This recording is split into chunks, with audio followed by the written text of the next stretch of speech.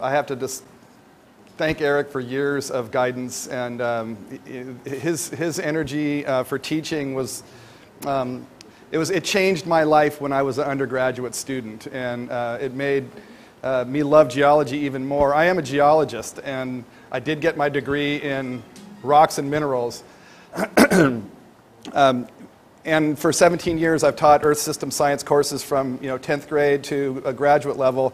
But the last fall, we got to teach a class for the very first time, this natural disasters and global trade, which will probably not be the name when we go forward. There's more there than just the disaster aspect of earth science and how it can, this type of science data can enhance our security. But the disasters and global trade class was, there was 33 students.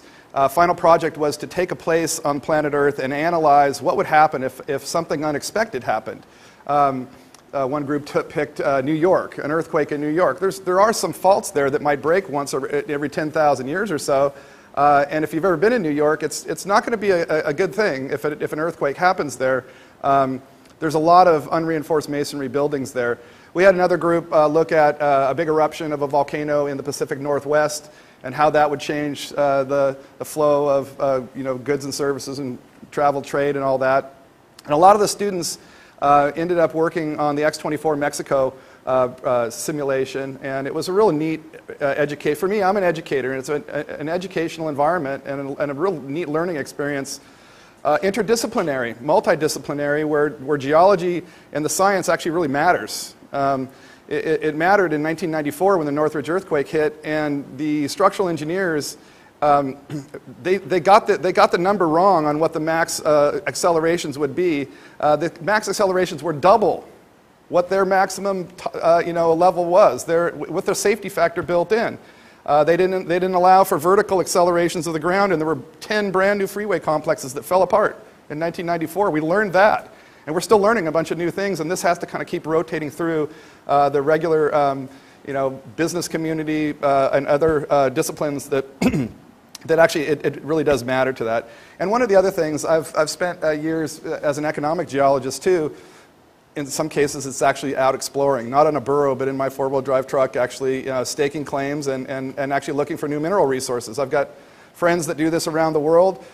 We don't have the kind of environment that makes it want to happen here in the United States, but with Canada, United States, and Mexico, we have pretty much all the elements that we need. The United States is 100% dependent on 20 elements from around the world, and a lot of those come from China. We're 50% dependent on over 45 industrial elements, and although it's a small part of any GDP, 1, maybe 2%, it actually does matter to have that, and the supply chain starts with it. So you start with the raw materials, and in some cases, some of these new rare earth minerals and some of the critical ones, there's a 10 or 15-year lead time from actually exploring for them, developing them, and mining them, and then the chemistry of milling some of these new things is actually one of the big uncertainties. If we don't do it here in a responsible way, it gets done someplace else and it trashes someplace else. And environmentally, we have to reconcile that as well. So that's just a small part of what I'll mention. Obviously, this was the course. We developed it in an open source mode so that we could continue to kind of, it could go in a lot of different directions, but we hope to be adding a lot more graphics and media and interaction so that it can be offered as a distance course. But I just started to build this in the Moodle open source platform where all the resources are there, and I can keep adding resources, and then the next time I want to teach it, I've got all the I filmed all the students' final project presentations too, so I'm going to have archives of all that. It was a neat class. I really had fun teaching it. It's fun to see the students get kind of excited about, some of them were thinking about things that no people have ever thought about before, of how this interaction works and how that interaction works. In some cases, it's new stuff, and I'll show you a couple of things that I think are new. Just to show you how we use information and scientists on a daily basis. Pilots are used to taking it to the limits in a lot of cases almost every day. I hate to tell you, for those that fly a lot, but my dad was a pilot, and he tells stories about flying around thunderstorms and this and that. But But with rigid training, procedures, and good seat of the pants and good judgment, pilots avoid hazards most of the time. But it's the knowledge and that decision making that allows them to. This is just a short little piece of a day of. Maybe not. Oh, here we go. If you can hear the music. This is a FedEx hub in Memphis, and these are airplanes coming in ahead of a thunderstorm. And obviously, that's a lot of travel, right? Or a lot of trade right there. Goods and services, they are coming from all around the country to that one hub. But you can see that they're going to take it to the limit. They're going to know their limits. They're going to know the plane's limits, and they're going to try and get to that airport before the thunderstorm gets there. Some of them are racing in there trying to get around it, and then all of a sudden they got to go someplace else. They know when to call it. They know when they've reached that limit, and that's on a daily basis. For us, in other respects, when we talk about longer-term kinds of things that happen over a much more longer-term basis, obviously the weather is generally predictable, or forecast, I should say, right? I mean, that makes it easy on them by calling it a forecast, but it's generally predictable, but it's those rogue waves. It's that uncertainty that you can't really, it never goes away. The uncertainty will always be there to some degree. This is just today's waves around the world. We have information, we have data, we put it in formats so that it makes it useful to people. And you can look at the way the arrows go, that's the direction the waves are going. Currents will go that way. Probably makes it better if the ship goes that way too, and avoiding the big things. But there's, trade goes on. This is 100-foot seas in the North Pacific. This image up on the right-hand side shows seas in excess of 35 feet. But when you have seas of 35 feet, every so often 3 of those waves come together, and you will have rogue waves over 100, 125 feet. And those still are not predictable. Those are still something that it takes a last-minute decision and judgment to avoid those things. And when trade goes on, it happens. 10,000 containers are lost at sea every year, and so there is cost that is put to these. There's risk and cost, and obviously you gotta make the ship go through. You gotta make the plane keep going. But how much better could we do if you keep rolling the science through and you have people that are making decisions based on good science and good practices and procedures?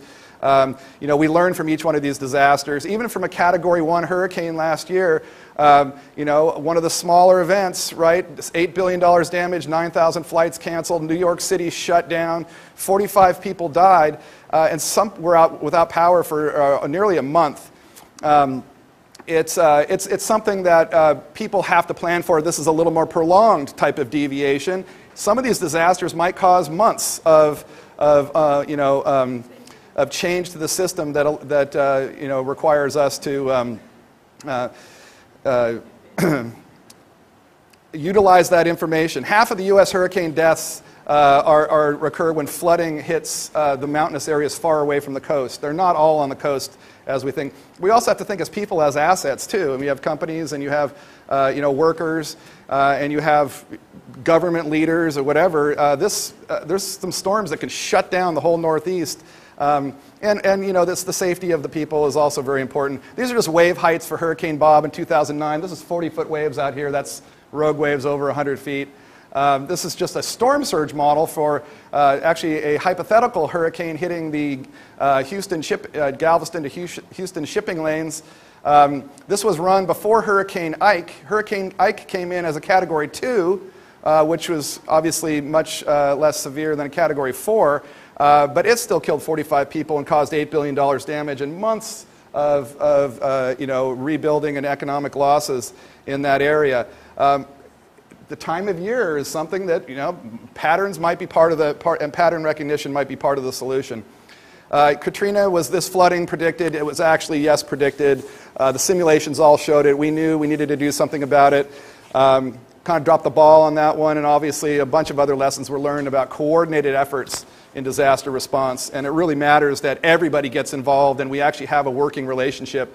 It doesn't work with the stovepiping of effort. And for things that happen, less frequently, the tsunamis over the last decade have been, devastating. And there's some things that you could do to prepare, but not a whole lot. Although in some cases, some Japan cities were leveled 45 minutes after the earthquake. You had 45 minutes to do something about that. Volcanic eruptions around the world, they happen, fairly often, but we haven't had a real big one in North America for a while. But we should kind of prepare a little bit for North America type issues. Obviously, Mexico's got some active volcanoes as well as we do in the Cascades. And X-24 looked at combining an earthquake with a small tsunami, but then a little unexpected volcanic eruption and ash into the atmosphere, and how that ash affects public health decisions and transportation decisions and that kind of thing is something that it almost gets a little overwhelming when you start talking about a big volcanic eruption, but there's some things that we could do to prepare. And obviously we learned a lot of lessons. We know about global disruptions from volcanic ash. That's ash going all the way across from the Andes all the way across South America in 2009.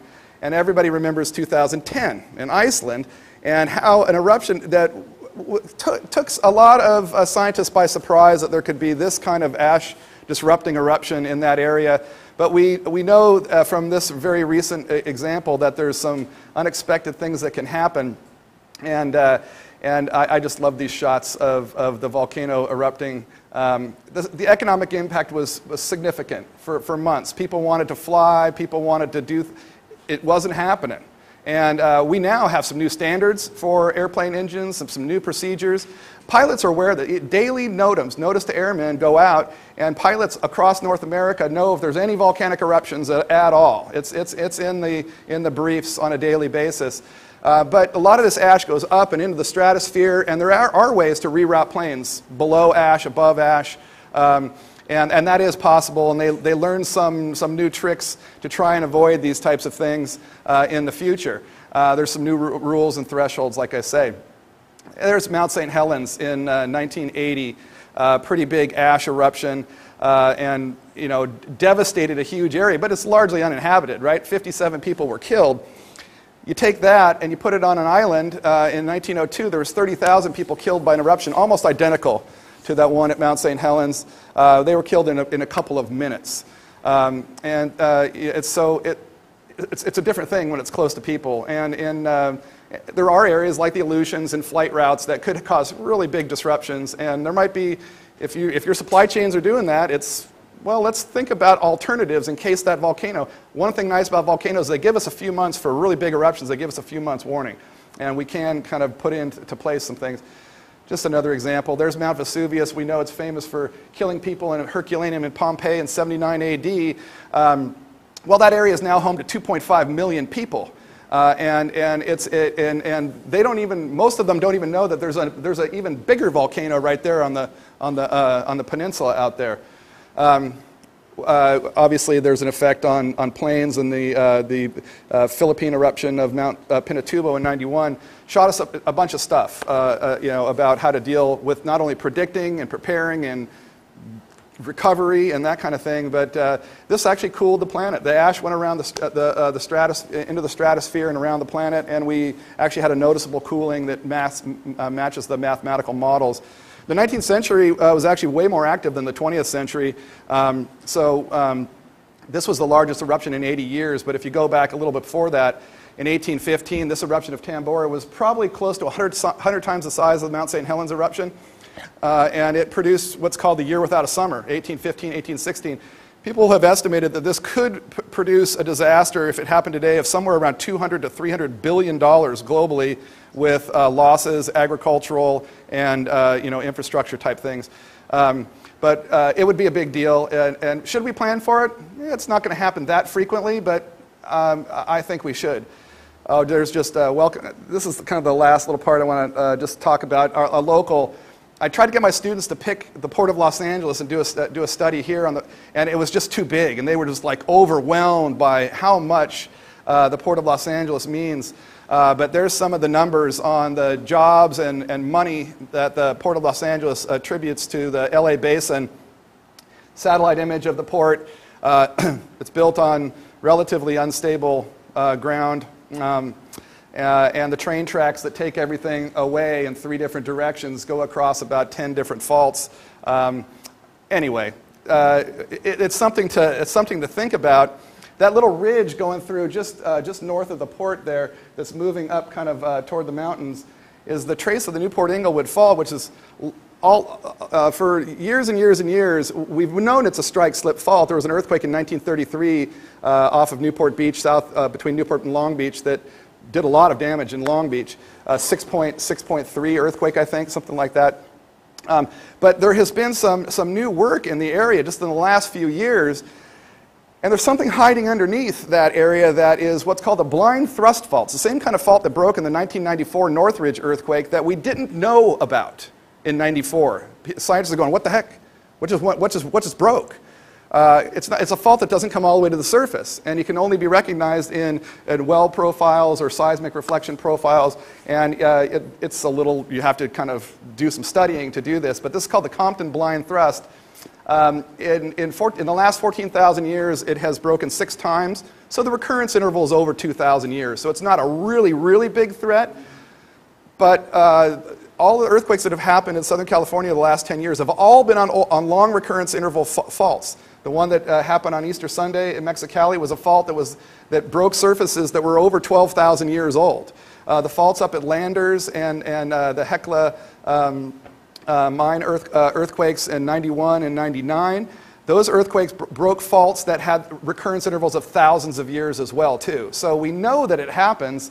Why the San Andreas right in the middle isn't breaking, and those are, nobody knows. But that's, like I say, science kind of keeps us on our toes, and we have to kind of keep putting that new science data in.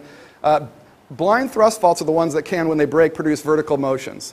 And buildings behave completely differently with vertical accelerations than they do horizontal accelerations. And as we go to the future, as we look way down the road to the future, as the talks, especially Secretary Burson's talk about, we're heading in a direction, and the future is not what it used to be, but it's still a long ways away. There's a lot that we can be doing as we move toward the future to plan for increase in infrastructure. And another thing is, if this did happen, where would that trade go? How could we reroute that in? Could our partners in Mexico be part of that new direction? And diversifying the ports and diversifying all that is obviously the best way to do it. And just to kind of finish off, I'll just show you this. This is a mathematical model, something that scientists can. This is the closest thing we can do with prediction with earthquakes. That's kind of out of the realm at this point. But we can make models that help us predict what will happen and where the rocks will shake the hardest and where the damage will be the worst. And so this is an earthquake on the San Andreas Fault, that is modeled to be a 7.8 earthquake. And most of the studies in the LA basin, obviously the shaking is going to be a lot worse near the fault. But notice the time here. The time from when that earthquake breaks on the southern San Andreas, and by the time those waves reach the port of Los Angeles, is 90 seconds. In 90 seconds, you really could have an early warning system that shut down critical things, saved data, got people to safety, shut pipelines off, do what you have to do. But it's called the LA Basin for a geological reason. It's a big pile of sedimentary rocks that get up to 7 kilometers thick, and they shake a little bit more than the rest of the rocks of the basement. So you can see that the shaking is going to last in that area for over 2 minutes. But this is what this is the big threat. It actually turns out that those faults that break close to you are more of a threat. They produce higher ground accelerations, and they're more structurally damaging. So we have to incorporate that kind of stuff into our understanding of these disasters. I had students look in other places like New York, a hurricane in Hong Kong, the volcanic eruption in the Pacific Northwest. They also looked at San Diego and an earthquake in San Diego and how that would affect the land border and also the port here in San Diego as well. And I don't want to belabor this because I'm going to get off and let everybody get on with the break, but this is my other kind of passion too. This is something about finding and developing resources. This is kind of obviously the origin of secure, sustainable supply chains is to have those elements, those minerals, whether you grow it, mine it, or recycle it, you need those things. And they're largely dependent on local politics around the world and even nationally and national policies. There is some long-term strategy that's needed because there is a decade or more of lead time from looking for those to actually pulling them out of the ground. So that strategy is needed, that we need to kind of encourage responsible mineral extraction. There is a balance between the environment and this, but we've gotten really good, and there's some really new ways of doing underground mining and surface mining that are less impactful. But the North American resources are bountiful. We have whatever we need in North America, and counting South America, we've got whatever we need. There's something called the resource curse. And if you don't address that with investment and societal investment and infrastructural developments and things to create a diversity to the economic base of an area, the elements or those resources can actually be a curse, and they can actually create conflict, and they can actually depress an area. So there's actually a whole social science to being able to do that. Yeah, and that's what geologists do. We kind of look for rocks, but geology is kind of an integration of a lot of science, and we really kind of think of ourselves as Earth system scientists. I teach oceanography, and there's an integration of things that you really have to kind of have that. And I'll just leave you with a shot of a volcanic eruption from space, and hopefully I've given you some stuff to think about. And I look forward to continuing to kind of energize people and talking about this kind of stuff and putting science into the discussion. So thanks a lot, guys.